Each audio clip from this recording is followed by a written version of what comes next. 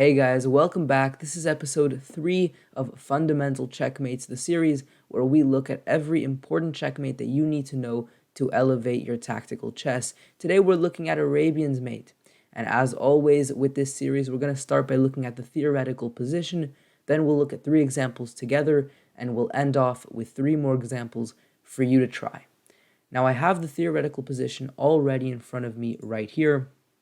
In this position, with the white pieces, you can play the move rook to h7, which is indeed checkmate, and this is the Arabian's Mate, when the knight covers the rook and also covers a potential escape square for the king.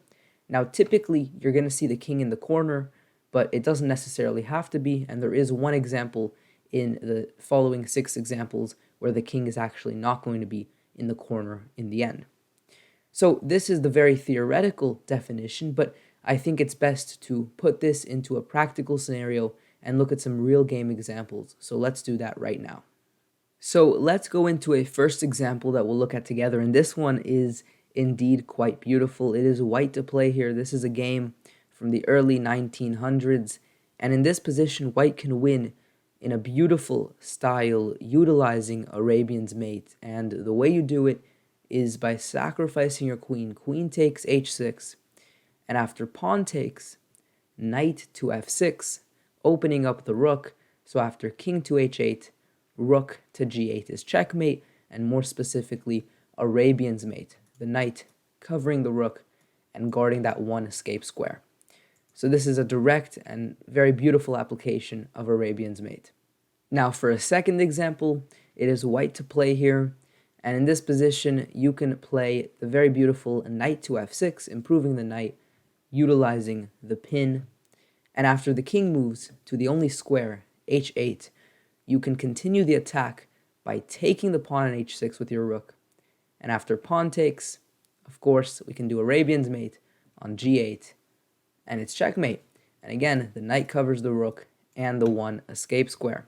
For a third example that we'll go through together, it is black to move here from a very early game, 1860s, and here black played the move rook g3. And if you go king h4, it should be noted there's checkmate with knight to f5 and g6. And so king to h2 seems to be the best try, and perhaps it seems that white is holding on, but due to the pin along the second rank, knight to f3 here is a very beautiful tactical idea, because after king to h1, the point is not to win the rook. The point is to deliver checkmate. Rook to h3 and rook to h2, checkmate. And of course, this is indeed Arabian's Mate, as we've already classified it. Now I want to give you guys a chance to use what you just learned in a real game scenario. So I'm going to give you 3 more examples from real games, and these are going to be up to you to solve. And if you do want to check your answers, then feel free to comment them down below.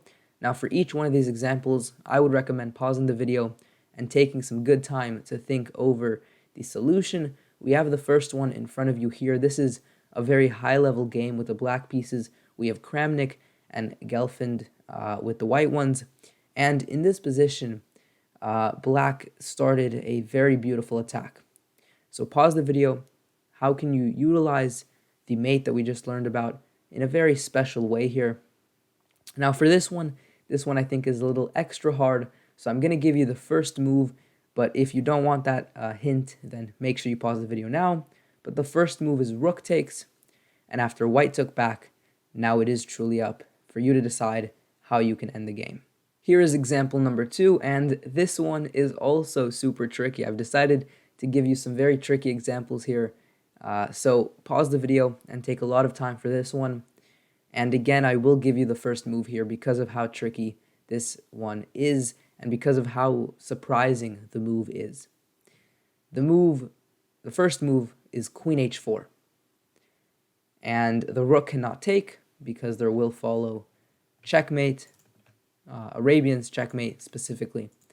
And so rook to g2 was played, and now it's up to you to decide the final blow. Now for this final example, as you can see, I'm starting from the beginning because this game was just super beautiful, so I want to just really quickly show you some of the nice highlights. Bishop takes h7 here, and you can see another sacrifice soon on d5, rook takes d5. And so this game was just filled with many tactical ideas, and it ended in a beautiful fashion with Arabian's Mate, which starts right around here. So this is your final puzzle, your final quiz, your final challenge to end the video off. So pause the video, give it a good try with the white pieces. How can you use Arabian's Mate to win the game? Thank you for watching. Hopefully you enjoyed this Fundamental Checkmate edition. Subscribe if you're new around here, and I will see you next time. Peace out.